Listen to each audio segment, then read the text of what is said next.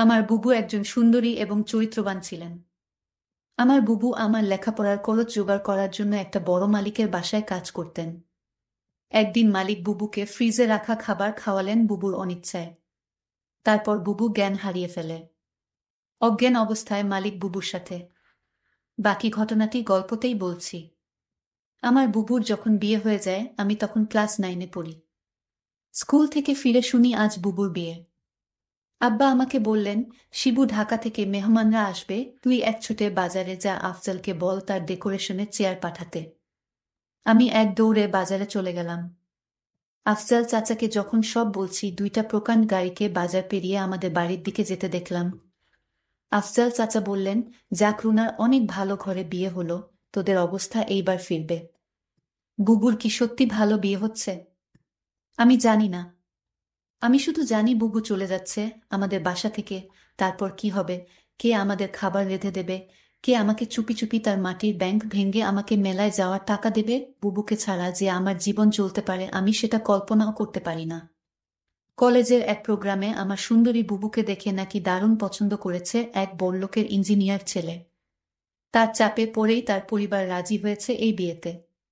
নইলে আমাদের মতো মধ্যবিত্ত ঘরে এত বড় আত্মীয় হওয়ার কথা না। সবাই বলাবলি করছে বুবুর কারণে এইবার আমাদের ভাগ্য ফিরবে। আমার জন্মের সময় আমার মা মারা যান, বুবুর বয়স তখন 8। আমার স্কুল শিক্ষক আব্বা আর বিয়ে করেননি, বুবুই মানুষ করেছে আমাকে। আমার জগত ঘিরে তাই আমার বুবু। বিয়ের আসরটা হয়ে গেল দায়সারা ভাবে। বিয়ে নাকি দুই পরিবারের বন্ধন, কিন্তু আমার সেটা মনে হলো না। পাত্রের বাবা সারাক্ষণ মুখ কালো করে রাখলেন। পাত্রের ছোট মামা আমাদের ঘর বাড়ি উঠান ঘুরে ঘুরে দেখলেন, মাঝে মাঝে নাক সিটকালেন, আমাকে ডেকে বললেন, তুমি কোনো ক্লাসে পড়ো? আমি কিছু বলার আগেই কেউ একজন বলল, শিবু পাইলট স্কুলে পড়ে, ফার্স্ট বয়, 5-এ বৃত্তি পেয়েছে, ক্লাস 9-এও পেয়েছে। আমার লজ্জা লাগলো, কিন্তু ছোট মামা শুধু একটু নাক সিটকালেন। সেদিন গাড়িতে ওঠার আগে বুবু যখন আমাকে জড়িয়ে ধরে নিঃশব্দে কাঁদছিল তখনও আমার কষ্ট লাগছিল। 3 দিন পর নতুন জামাইয়ের বউ নিয়ে নাই ওর আসা কথা। আব্বা পাড়া প্রতিবেশীদের নিয়ে রান্নাবান্নার আয়োজন করলেন। একটা গাড়ি ভাড়া করে নতুন জামাইকে আনতে পাঠালেন, গাড়ি ফেরত এলো। নতুন জামাই আসতে পারবে না, তার কোনো জরুরি কাজ পড়ে গেছে, পরে সময় করে আসবে। বুবু আসলো আরও মাস 3 পর। একটা সাদা রঙের গাড়ি থেকে বুবু নামল। আমি ছুটে গেলাম। আমি বুবুকে জড়িয়ে ধরতে গিয়েও থমকে গেলাম। গায়ে দামি ফিনফিনে শাড়ি, মুখে পার্লার থেকে করা করা মেকআপ, ব্ল্যাক করা বাঁকানো ভ্রু আর স্ট্রেট করা চুলে আমার বুবুকে কেন জানি হঠাৎ অচেনা লাগলো। আব্বা দৌড়ে এলেন, জামাই আসেনি? না আব্বা, সাইটের কাজে গেছে। বুবু আব্বাকে ধরে কিছুক্ষণ কাঁদল। আমি সারাদিন বুবুর আশেপাশে ঘুরঘুর করলাম, কিন্তু বুবুকে কেমন আনমনা দেখলাম। শুধু একবার আমাকে জিজ্ঞেস করলো, শিবু পড়াশোনা করছিস তো ঠিকমতো? রাতে আমার ঘুম এলো না, বড্ড অভিমান হলো। বুবু অনেক বদলে গেছে। এই অল্প দিনে এত বদলে যেতে পারে মানুষ?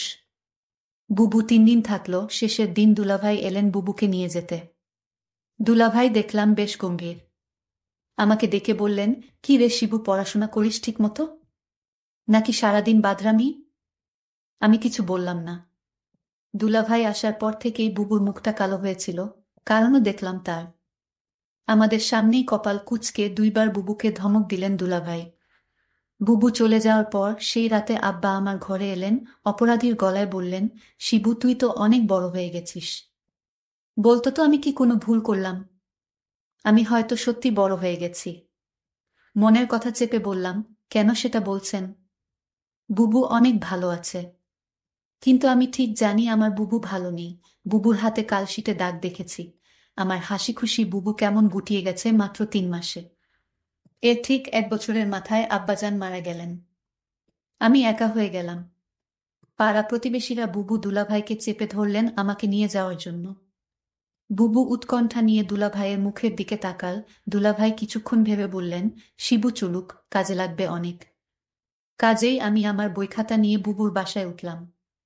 দুলাভাইয়ের পোস্টিং তখন আমাদের গ্রামের কাছেরই শহরে। ছোট ছিমছাম 2 রুমের বাসা।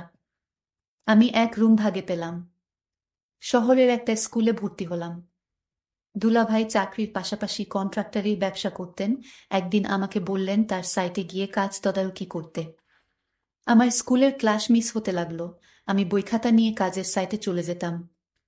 সারাদিন কাজ শেষে বাসায় ফিরে খুব ক্লান্ত লাগতো। আমার রেজাল্ট খারাপ হতে শুরু হলো। বুবু একদিন ভয়ে ভয়ে দুলাভাইকে বলল, শিবু ভালো ছাত্র, ওর পড়াশোনায় ক্ষতি হচ্ছে না তো? দুলাভাই তেতে উঠলেন, গরিবের ছেলে খেটে খেতে হবে। পড়াশোনা করে কি হবে? যতটুকু দরকার ততটুকু শিখলেই হবে। বুবু তাড়াতাড়ি বলে উঠলেন, ঠিকই তো শিবু, পড়াশোনা করে প্রতিষ্ঠা পেতে সময় লাগবে। তুই দুলাভাইয়ের সাথে কাজ শেখ, অনেক কাজে লাগবে। আমি বুবুর কথায় অবাক হয়ে গেলাম। এই বুবুই আমাকে তৈরি করেছে, সবসময় বলতো পড়াশোনা করে একদিন অনেক বড় হতে হবে। পড়াশোনা ছাড়া আমার আর কোনো কাজ নেই। আজ কত পরিবর্তন! আমি দুলাভাইয়ের সাইটে কাজ দেখতে লাগলাম। ক্লাস 9-এর একটা কিশোরের জন্য নিশ্চয়ই খুব সহজ কাজ না। কিন্তু আমি শিখতে লাগলাম, সাথে পড়াশোনায় করতাম সাইটে। সাইটের লোকজনের কাছেই খবর পেতাম দুলাভাইয়ের কর্মকাণ্ড নিয়ে। দুলাভাই আরো কয়েকজনের সাথে প্রেম করে বেড়ায়। আমি টের পাই। মাঝে মাঝে বুবুর চাপা কান্নার আওয়াজ পাই। সকালে কিছু কিছু দিন বুবুর হাতে নতুন কালশিটে দাগ বুবু লুকাতে চেষ্টা করে। আমি বুঝেছি দুলাভাই বুবুকে অন্যায় অত্যাচার করে। আমার বুবু অনেক বদলে গেছে। আমার মনে হয় আমাকে নিয়ে বুবু ভারী অস্বস্তি বোধ করে। কেমন পালিয়ে বেড়ায়, দেখা হলে ঠিকমতো কথা বলে না। মাঝে মাঝে দুলাভাই বুবুকে পার্লার থেকে সাজিয়ে পার্টিতে নিয়ে যায়। আমার অবাক লাগে। তবু এক একটা দিন যখন বাসায় দুলাভাই থাকে না, হঠাৎ সেই পুরান দিনের মতো বুবু তেল নিয়ে এসে বলে, শিবু আয় তোর মাথায় দিয়ে দিই। আমার চোখে পানি আসে। আমি লুকাবার চেষ্টা করি। একদিন অনেক রাতে ফিরে দুলাভাই আমাকে ঘুম থেকে ডেকে তুললেন। আমি জেগে দেখি দুলাভাই প্রচণ্ড রেগে আছে। আমাকে বললেন, হারামজাদা, তোকে আমি সাইট দেখতে দিছি আর তুই সেখানে পড়াশোনা করিস? আমি চুপ করে দাঁড়িয়ে রইলাম। হঠাৎ করে দুলাভাই আমার চুলের মুঠি ধরলেন। বল, আজ সাইট থেকে 1 লাখ টাকা চুরি করেছে কে? নাকি তুই করেছিস? আমি অবাক হয়ে গেলাম। সাইটের টাকা পয়সা সংক্রান্ত কোনো কিছুর সাথেই আমি জড়িত না। আলাদা অ্যাকাউন্টস আছে। তবু বললাম, আমি কিছু জানি না দুলাভাই। তুই জানিস না? কেন জানিস না? তুই এর সাথে জড়িত শিওর? আমার খেয়ে আমার সাথেই দাওতাবাজি। দাঁড়া। দুলাভাই তার বেল্ট দিয়ে আমাকে মারতে আরম্ভ করলেন। আমি সারা জীবনে কখনো মার খাইনি। পরিবারে আদরে মানুষ হয়েছি, স্কুলে ভালো ছাত্র হওয়ায় স্যারেরা অত্যাধিক স্নেহ করতেন। আমি দেখলাম বুবু পাথরের মতো দাঁড়িয়ে আছে।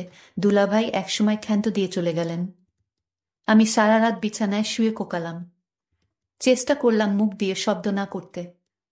আব্বা মৃত্যুর আগে বলেছিলেন, শিবু, পুরুষ হয়ে গরিব ঘরে জন্মাইছিস। সামনে অনেক কষ্ট আসবে, শক্ত থাকবি। কখনো কাঁদবি না। পুরুষদের কাঁদতে নেই। পরদিন সকালে আমার ঘুম শরীরে হালকা জ্বর নিয়ে উঠে দেখি বুবু বসে আছে আমার শিয়রে। শিবু, উঠতে পারবি? আমি মাথা নাড়লাম। হ্যাঁ। তাহলে চল। তাকিয়ে দেখি বুবু একটা ব্যাগ গুছিয়ে রেখেছে। আমি বললাম, কোথায়? বাড়ি ফিরে যাব, চল। তুই আবার ভালো করে পড়াশোনা শুরু করবি, আমি দরকার হয় বাসায় কাজ করব। দুইজনের একটা ব্যবস্থা হয়ে যাবে। আমি অবাক হয়ে তাকিয়ে রইলাম।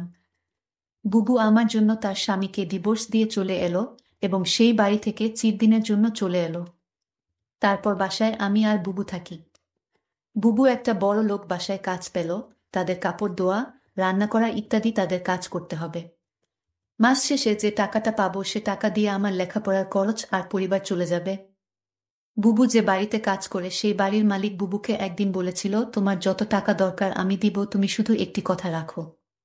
বুবু বলল, আমি বাসায় কাজ করি, এটাই আমার চলে, অতিরিক্ত টাকার আমার দরকার নেই।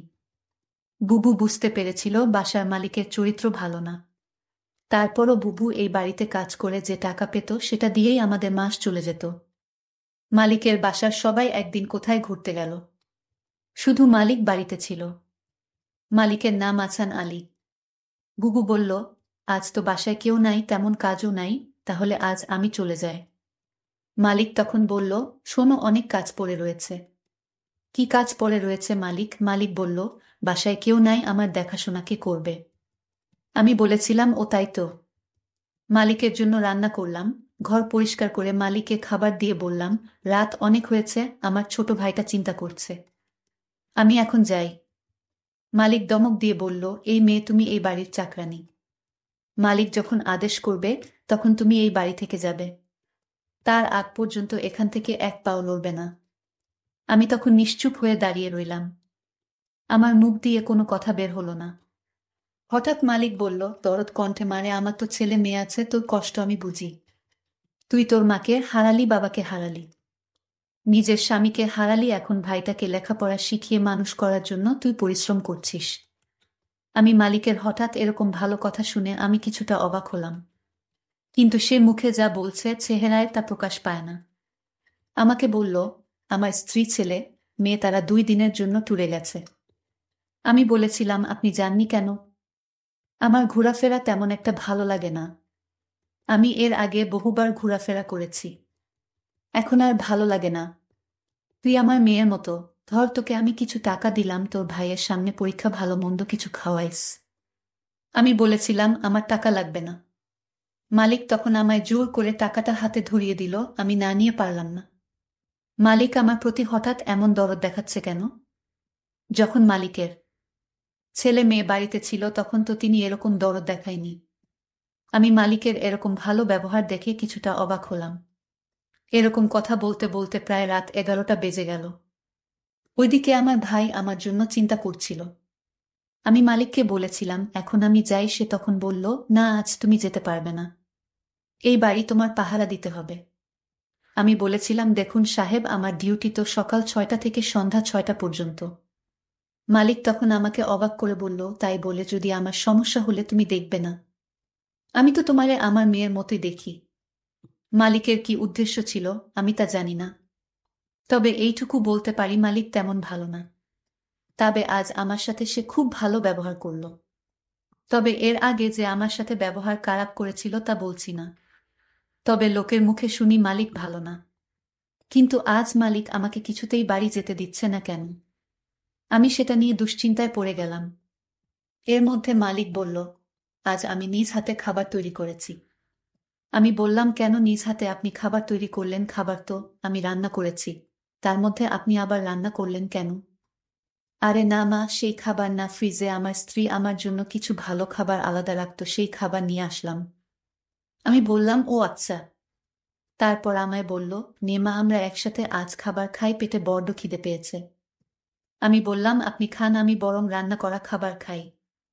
মালিক তখন আমার সাথে বায়না করে বলল, দেখো, তুমি যদি আজ আমার দেয়া খাবার না খাও তাহলে বুঝবো তুমি শুধু টাকাকে ভালোবাসো, এ বাড়ির মানুষদের ভালোবাসো না। আমি তার কথায় কিছুটা অবাক হলাম। মালিক বলল, ঠিক আছে, তুমি খাবারটা খেয়ে বাসায় চলে যাও, তোমাকে ছুটি দিয়ে দিব। আমি তখন খুশি হলাম। বাবার বয়সী একজন মানুষ আমাকে এত করে বলছে ফ্রিজে রাখা ভালো খাবার খেতে। যাই হোক, আমি শেষ পর্যন্ত হেরে গেলাম, আমি খাবারটা খেলাম। আর ফ্রিজে রাখা খাবারটা খাওয়ার জন্য রাজি হলাম তার একটাই কারণ, মালিক বলেছিল আমায় ছুটি দিয়ে দিবে খাবারটা খেলে। আর তাই আমি ফ্রিজে রাখা খাবার খেলাম। খাবারটা ভালোই লাগলো, দামি খাবারের আগে আমি এমন খাবার কখনো খাইনি। আমার খেয়ে ভালোই লাগলো। খাওয়া দাওয়া শেষ করতেই আমি বললাম, মালিক এবার যাই। এই কথা বলতেই আমি চোখে কিছুটা ঝাপসা দেখতে পেলাম। আমার চোখ অন্ধকার হয়ে আসতে লাগলো।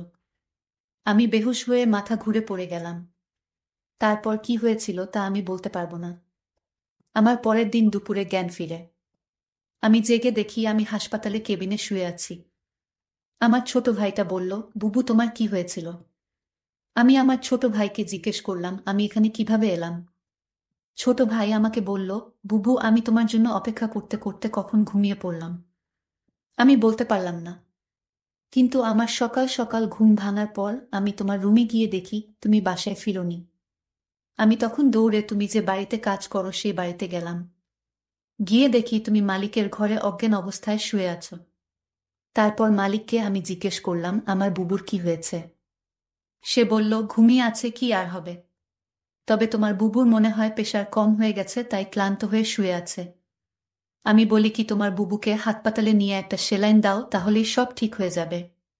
টাকা যা লাগে আমি দিয়ে দিচ্ছি। তখন মালিক আমাকে 5,000 টাকা দিয়ে বলল, যাও তোমার বুবুকে হাসপাতালে নিয়ে যাও। আমি তোমাকে হাসপাতাল নিয়ে আসার পর ডাক্তাররা বলল পরীক্ষা করতে হবে। ডক্টর বলল, তোমার প্রেশার কমে যায়নি, তোমাকে খাবারের সাথে কিছু মিশিয়ে তোমাকে অজ্ঞান করা হয়েছে। তারপর ডাক্তার বলল, মেয়েটি তোমার কি হয়? আমি বললাম, আমার বড় বোন। তোমার সাথে আর কেউ আসেনি? না ডক্টর, বুবুর আমি ছাড়া আর কেউ নাই। আমি ডক্টরকে জিজ্ঞেস করলাম কি হয়েছে, আমার বুবুর বলেন ডক্টর। ডক্টর বলল, তোমাকে বলা যাবে না। আমি আমার ছোট ভাইয়ের কথা শুনে বুঝতে পারলাম আমার সাথে কি ঘটেছিল। মালিক আমার সাথে এরকম অসম্মানজনক আচরণ করল। আমি এই কথাগুলো শুনছিলাম আর আমার চোখ বেয়ে বেয়ে পানি পড়ছিল। আমি সিদ্ধান্ত নিলাম মনে মনে আমি আর এই পৃথিবীর মুখ দেখতে চাই না। কিন্তু আমার ছোট ভাইটা আমাকে বলল, বুবু তোমার কিছু হলে আমি বাঁচব না বুবু। তুমি ছাড়া এই দুনিয়ায় আমার কেউ নাই বুবু। আমার ছোট ভাইটা আমার জন্য এভাবে কাঁদতে লাগলো। ছোট ভাইটা বলতে লাগলো, বুবু আমি আর লেখাপড়া করব না। আজ থেকে আমি কাজ করব। তোমাকে আর কাজ করতে দিব না। তুমি শুধু ঘরে বসে থাকবা। আর তোমাকে আমি যেভাবেই হোক তোমাকে ভালো ছেলে দেখে তোমাকে বিয়ে দিব। ভাইটার কথা শুনে আমার চোখের পানি ধরে রাখতে পারলাম না। আমি বেঁচে রইলাম আমার ছোট ভাইটার জন্যই। বন্ধুরা, আজকের গল্পটি তোমাদের কাছে কেমন লাগলো তা অবশ্যই কমেন্ট করে জানাবেন। ভালো থাকবেন সবাই, ধন্যবাদ।